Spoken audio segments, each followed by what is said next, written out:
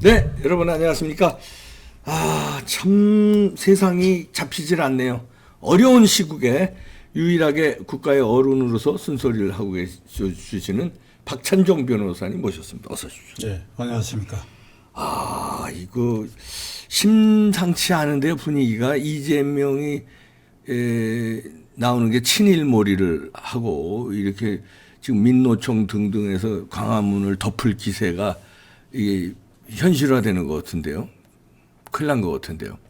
간단치 않은 것 같습니다. 이재명 사태로까지 용어가 이재명 사태. 사태로까지 현재 발전한 현상입니다. 그러니까 이재명 사태라고 한다면 그 본질이 그 주체인 이재명 씨가 정과 사범에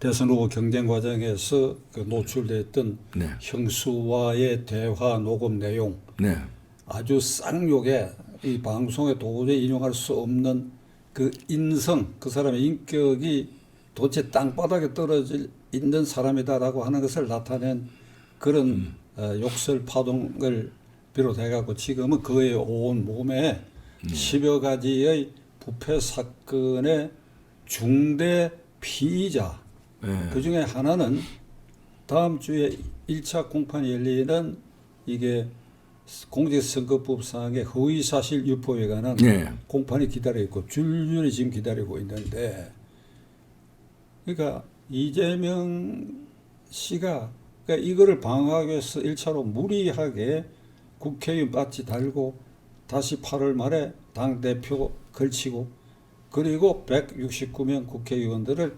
방탄의원단으로 방탄의원단으로 그리고 국회에 지금 국정감사가 진행되고 있는데 모든 상임위의 모든 현안이 이재명 문재인하고 관련된 것으로 이걸 이슈화했어. 거기다가 최근에 이제 지난주일에는 친일 국방론, 한미일의 동해상에서의 합동 군사 훈련을 이재명 대표는 독도 근해에서 하고 있다. 독도에 일본 자위대가 상륙하여서 우길기, 일본 이 자위대의 상징 깃발 우길기를 흔들고 장차 대한민국에도 남한에도 상륙할 수 있다. 이런 친일 국방을 이게 획책하고 있다. 이 정권이 친일 국방이라는 용어까지 만들어내가. 그러니까 일본은 적이다 이거죠. 적. 그러다가 어제 이봉규 TV 시청자들에게 어제 이재명이가 한 말 똑똑히 해 주시길 바랍니다. 뭐라고 얘기하는가 하니까 불행한 과거의 역사를 잊어버린 민족은 다시 그 불행을 되풀이한다.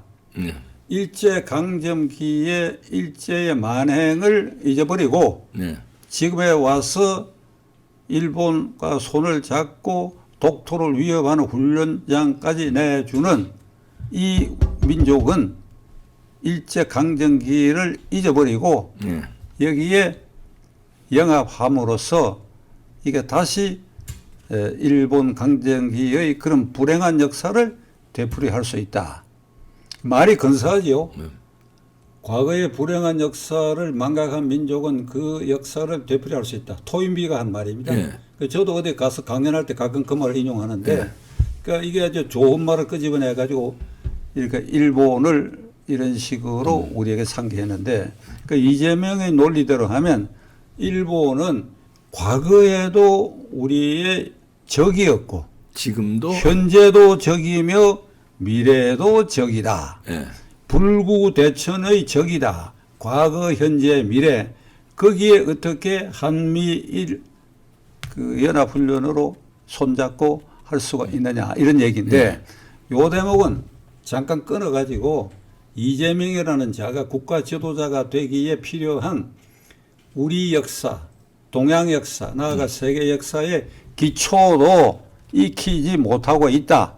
그러면요. 그 뭐 이 얘기를 하는 박찬종이 너는 그럼 잘 아느냐? 아니 저 잘 모릅니다. 제가 학자도 아니고 그러나 학교 다닐 때부터 이 역사에 대해서 관심을 갖고 노력해왔고 지금도 역사 공부하고 있습니다.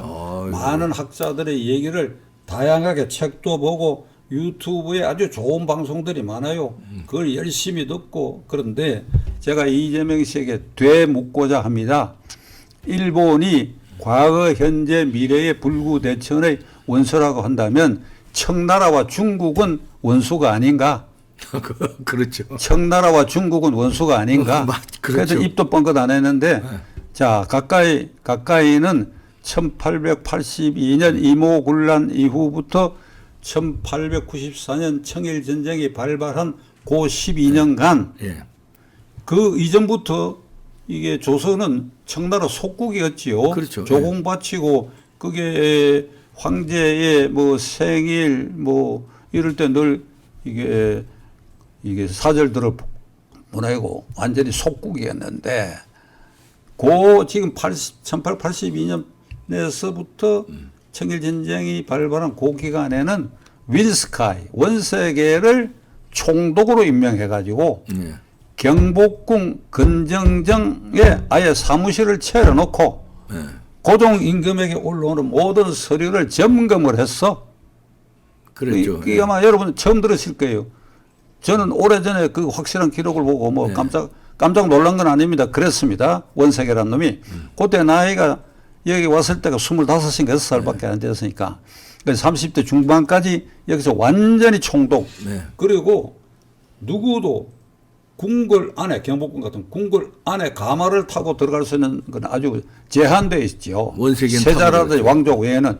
근데 원세계는 가마를 타고 이게 임금 침정까지도 가마를 타고 들어가고 그리고 옆에 사무실 차례가 전부 이게 서류 검토를 하고 그리고 시내를 다니다가 이게 사형수 집행하는 현장에도 가가지고 그게 망나니들의 칼을 뺏어가지고 자기가 이게 서울 시민들이 보고 있는데 이게 총독 이놈이 칼로 가지고 말이야 그 사형수를 대신 집행하고 뭐 이게 온 천지가 원세계 천지를 만들었다. 그다음에 요거 조금 더 거슬러 올라가면 얘기 안 할 수 없는 게 임진왜란이 끝나고 이제 광해군이 등극했잖아요. 그 광해군은 외교에 있어서 센스가 있었던 사람이야. 그러니까 일본 놈들이 7년간 분탕질을 했는데도 불구하고 이거 어쩔 수 없다. 그래서 외교 관계를 재개를 했습니다. 광해군이 일본하고. 그러니까 이재명의 논리대로면 광해군도 때려 죽여야지. 그러니까. 불구대천의 원수인데 그거를 아버지 돌아가시고 난 다음에 등극하고 그러니까 수신사를 보내가 재개를 했어요. 그리고 교육도 하고 제한적으로.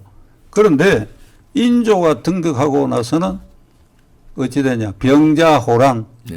병자호란을 기억해야 됩니다. 1636년 이재명 씨 병자호란 1636년 10만 대군을 청태종이 몰고 와가지고 남한 삼성을 45일간 포위해가지고 그리고 어찌 했느냐. 삼전도 지금 잠실 롯데호텔 앞 그 삼전도에서 인조 임금을 9계단을 쌓은 그 위에 황제가 앉아있고 그 밑에 신화복을 입혀가지고 한 번 절할 때마다 3번 이마에 땅바닥에 쿵쿵 소리가 나야 돼. 그러니까 피가 나는 거예요. 그걸 삼두 고계락하거든. 이렇게 해가지고 기록상 20만 명 내지 50만 명이라고 하니까 아마 30만 명은 포로로 인질로 붙들려 가가지고 왕세자도 9년간 포로로 하고 이게 불구대천의 원수 아니에요? 그러니까. 이게 청나라 중국으로 이어지는 이게 불구대천의 이 원수 국가가 아니냐 이게 중국은 과거에도 우리가 모셔야 되고 현재도 시진핑을 모셔야 되고 미래에도 모셔야 되고 이게 이제 논쟁이 되다 보니까 정진석 대표가 그 확실한 워딩은 모르겠는데 할 말을 했어요. 그러니까 조선조가 망한 것은 이를테면 일본이 무력으로 공격을 해갖고 우리가 방어 전쟁을 통해 가지고 이게 합병 당한 것이 아니라고 얘기하니까 이것들이 나 참 좀 미안한 얘기다. 내가 아는 뭐 역사 상식에 기초해서 본다면 할 말을 한 거예요. 맞습니다. 그런데 이게 이제 1905년에 을사보조회과 1910년에 한일 합방은 남산에 토대를 가지고 덕수궁에 있는 임금을 위협했어요. 네. 위협. 그래 놓고 돈을 갖다 준 겁니다. 양면을 했어. 위협하면서 고종 황제에게 정치 자금을 듬뿍 갖다 주고 황실의 알력을 보존할 테니까 외교권 요금은 을사보호조약 그래 체결하다. 이러고 이른바 을사오적에도 듬뿍 정치 자금을 줬어. 지금 우리는 그 민주당이 당장 을사오적을 잊어버렸냐 이랬는데 아니지. 고종 황제가 주범이야. 을사조약에 매국 행위를 하는 그럼요. 그 기록에 나와 있어요. 그리고 오적 대신을 모아놔 놓고 이게 이또가 와서 하는 얘기가 있으니 그러니까 이 황실의 알령은 보호해 준다 하니까 그런 범위 안에서 조약문을 만들어라. 그러니까 이완용 일당들이 물론 거기에 안 됩니다. 전하 이런 놈이 나왔기를 우리는 바라는 거지요. 근데 그런 놈이 안 나오고 그냥 순종해가 지놈들도 돈 받아먹고 이게 이런 식으로 이 일본에게 쉽게 먹혔는데 자 중국의 양무 운동을 비롯해서 청조를 타도하는 이게 운동했던 지성인들의 대표였던 양계초가 네. 구체적으로 기록을 남긴 것이 조선은 자멸했다. 맞는 말이죠. 자멸했다. 자멸한 거예요. 이런 기록을 이재명은 본 일이 있느냐? 그러니까 이제 다시 정리를 하면 일본은 과거, 현재, 미래도 적국이다.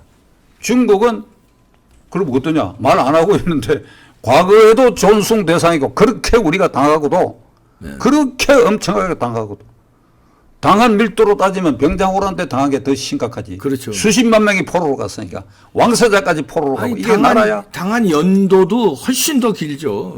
그러니까 그 중국은 과거도 존숭 대상이고 현재도 시진핑이 이렇게 하고 미래도 그렇게 하고 그럴 것이냐. 그리고 친일 국방이라고 하는 그 프레임이 이게 사실관계와 다르거든. 그렇죠. 2017년에 문재인 정권 때 한미일 국방장관이 모여가 이렇게 합동 군사훈련을 정례적으로 하기로 했고 그리고 그때 동해상에서도 이른바 이재명이 말하는 독도 앞바다에서도 그 훈련을 했고 이번에 있었던 한미일 이재명이가 말하는 독도 근해에서 한미일 합동 군사 훈련을 했다고 사실관계가 틀리는 것이 그러니까 합참에서 이게 자료를 내놨어. 독도로부터는 185km 동쪽 네. 일본 서해안으로부터는 120km 고 지점 일본이 더 가깝죠. 그러니까 일본에 지점. 훨씬 가까운 지점에서 합동훈련을 했다. 그리고 이것은 2017년에 문재인 정권 때 합의에 따른 것이다. 이런데도 독도에 금세 상륙한다. 우길기를 휘두른다. 대한민국이 일본군의 상륙이 가능하다.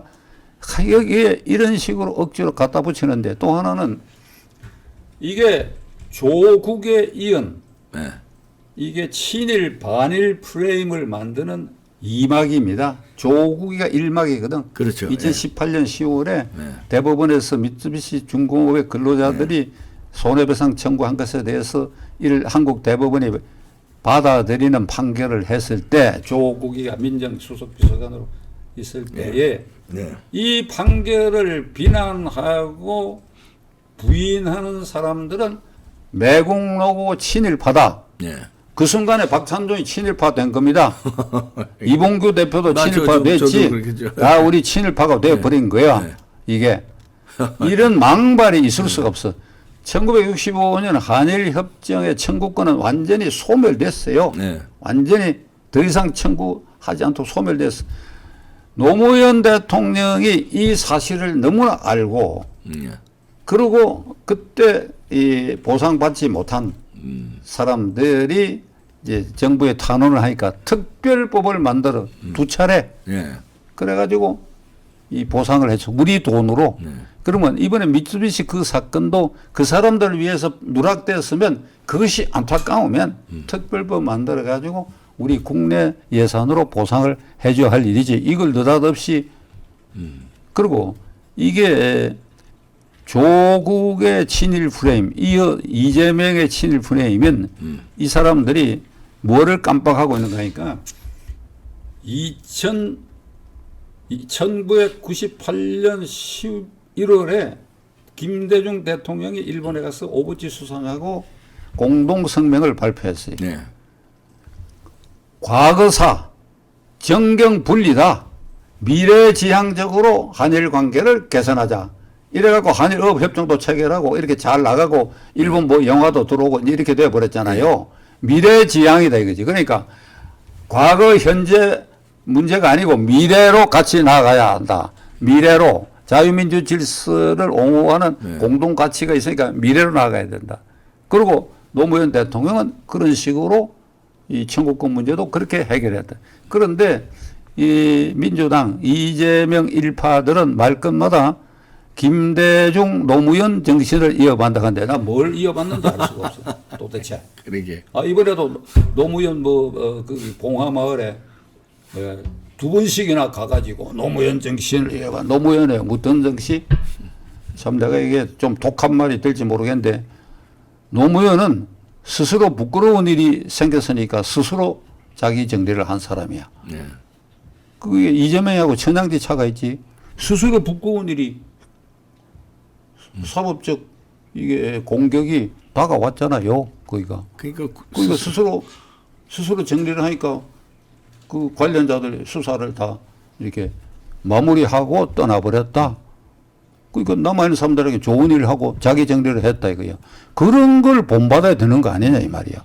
그런 걸. 근데 엉뚱한 거 뭘 본받아야 된다고 하는지 이게 알 수가 없는 일이다. 그러니까 이재명의 친일 국방론, 그 다음에 불행한 과거사를 기억하지 못하는 민족은 그걸 반복한다는 이런 말로 완전히 재미를 봤어. 네. 겉으로 표정이 희희낙낙해. 여기에 집권당이 걸려들었다. 시비에 걸려들었다 하니까 또 생떼서는 소리를 하고 이래가 국회를 전부 이걸로 도배질을 해가지고 이제 이 윤 정권과 검찰이 나에 대한 이 사법 처리의 공세가 둔화될 수밖에 없다. 그걸 노리는 거죠.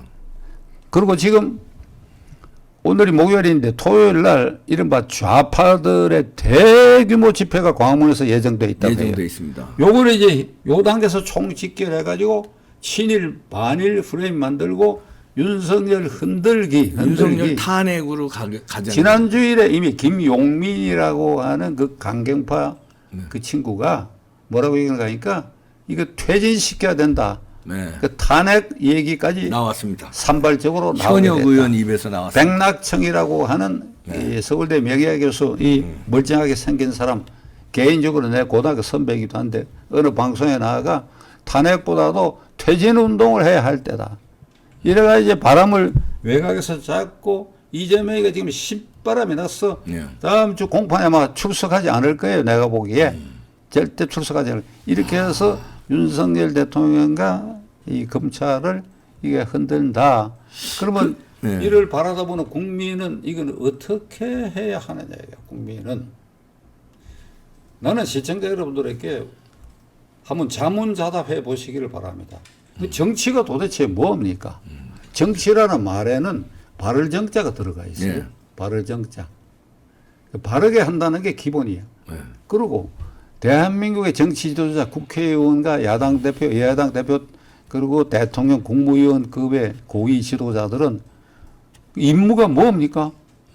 대한민국 헌법을 지키고 그 헌법의 틀 안에서 국립민복을 지향하고 그리고 국민 통합을 하고 거기에 기여해야지요.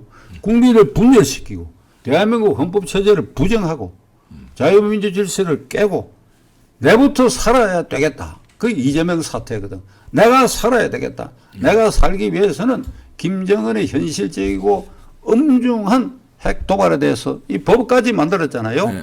선제 타격을 핵으로 하겠다는 법까지 지난주에 만들었잖아요. 네.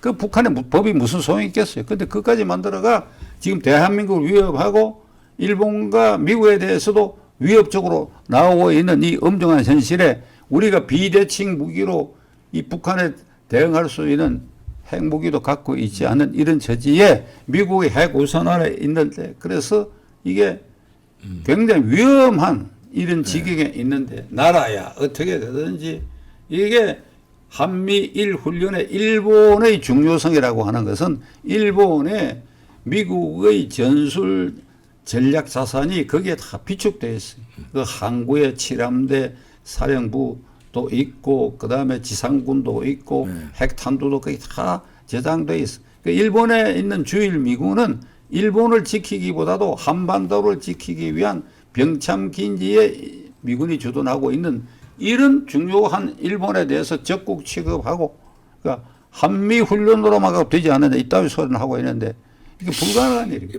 북한에 지령받은 거 아닐까요? 지금 그러지 않고서는 이렇게 몰아가는 게 이재명의 단독 행동을 하고 보기보다는 지금 전방위적으로 나오는 게요. 박근혜 대통령 탄핵 그때 물결 막 이제 촛불 난동 때도 북한에서 난수표 방송이 그냥 집중적으로 그 시기에 감청이 됐다고 그러거든요. 그리고 중국 유학생이 몇만 명이 거기 광화문에 집결을 하고 이게 1년에 모든 민노총과 그 주사파 세력뿐만 아니라 뒤에는 그 거대한 이게 있어가지고 확 불었는데 이제 또 다시 그거를 하려고 그러는 거 아닐까요? 그런 의심이 듭니다, 저는. 그 점은 가령 지금 이 순간까지 그런 간첩적 작용이 없었다고 한다면 이 순간부터는 이게 이재명이가 쏟아놓은 이런 운동 때문에 분위기가 상당히 고도됐으니까 거기에 기름을 부을 수가 있지요. 거기에다가 기름을 그러니까 이재명이가 지령을 받지 않았다 하더라도 지금부터는 이게 이 정권을 흔들어서 이해관계가 있고 이익을 볼 수 있는 북한이라든지 중국의 그런 집단들이 그 탄핵 사태 때와 유사한 숟가락 얹어 놓을 수 있다는 거죠. 직접 지령은 안 했어도 요게 찬스다 생각하고 거기에 더 얻는 거죠. 휘발유 뭐 불난데 부채질하고 막 이러는 거죠. 그러니까 지금은 굉장히 위험한 순간입니다. 지금. 그 위험한 순간인데 이거 어떻게 해야 됩니까? 이제 우리가 국민이 막는 것도 윤 대통령에게 어떻게 하라. 네. 그래서 윤 대통령 참모와 정부는 무슨 대응을 하고 있는지 정말 미심쩍고 불안하고 참 믿기지 않아. 한마디로 좀 우리가 이런 걱정을 안 해도 될 만큼 든든하질 못해. 답답한 형국입니다. 네. 든든하질 못해. 네. 그러면 국민들 지금 아까 제가 말씀드린 것처럼 이게 정치를 일판으로 만들어 놓은 거 이게 반헌법적, 반역사적, 반국민적이면 국민이 나서야지. 국민 전체로 보면 이번 주말에 나설 좌파들 그 극렬 분자들의 집회라 하는 것도 국민 전체로 보면 지극히 소수예요. 그렇죠. 예. 그러면 다수의 국민들이 그걸 용납할 것인가? 이재명 사태를 어떻게 종결할 것인가? 국민은 우리가 모두가 나서서 광화문에 안 간다 하더라도 가슴과 가슴, 마음과 마음으로 SNS를 통해서 또 이것을 종시시키고 타도해야 되겠다는 사람들이 나서서 무슨 집회를 한다 그러면 그 영향 모여주는 겁니다. 그럼요. 저 좌파들은 조직 세력이 엄청나거든. 그걸 그냥 동원하잖아요.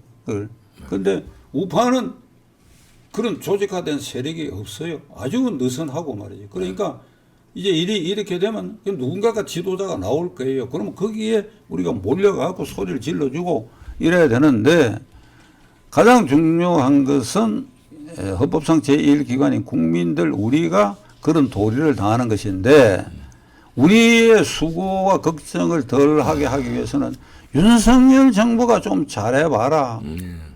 윤석열 정부가 좀 잘해봐라. 어떻게 잘하느냐. 제가 요 앞에 있으면 좀 나무라기도 하고 이러면서 할 얘기가 있는데 이 공개적으로는 내가 오늘은 얘기를 안 하려고. 요 가까이 있으면 정말 나무라면서 할 얘기가 지금 많아. 할 얘기가. 일단 수사해서 쳐넣어야 되는 거 그거부터 해야 되는 거 아닙니까? 그러니까 윤 대통령 서울법대 후배시니까 그게 또 이걸 명심해야 되는 것이 지지율이 뭐 30% 내외로 교착 상태에 빠져 있고 김영삼 대통령 이래에 취임 초 반년도 안 돼. 그게 최악의 상태인데 그런데도 이 좌파들의 난동에 대해서 이것을 언짢아하고 이것을 막아야 된다 하는 국민들은 그런데도 윤석열 정권이 이재명, 문재인과 그 일당들의 사법 처리는 반드시 해줄 것이다라고 하는 기대를 아직은 갖고 있어요. 그럼요. 그것을 못할 때 어쩔 수 없습니다. 그러면 큰일 나는 거죠. 어쩔 수 없어요. 그럴 때는 시급히 어떤 대안을 마련해야 된다. 네. 이거를 윤 대통령과 그 가까운 참모들이 이 순간에 깊이 명심해야 된다. 네. 깊이 명심해야 된다. 이렇게 명심하시면. 말하는 나도 네. 이게 뒤가 허허해, 네. 허허해. 가령 이 사람들이 이렇게 세게 할 수 있을 것인가? 아니 명백한 이 범법자들을 이렇게 나라를 쑥대밭으로 만들고 이게 의기양양하는 이 사실을 두고 네. 할 수 있을 것인가? 그러니까 오늘 이걸로 결론을 합시다. 알겠습니다. 귀가 허하다는 우리 박찬종 변호사님의 말이 듣고 저도 허해졌습니다. 국민들이 허하고 있는데 그거를 좀 채워주시기 바랍니다. 박찬종 변호사님이셨습니다. 마치겠습니다.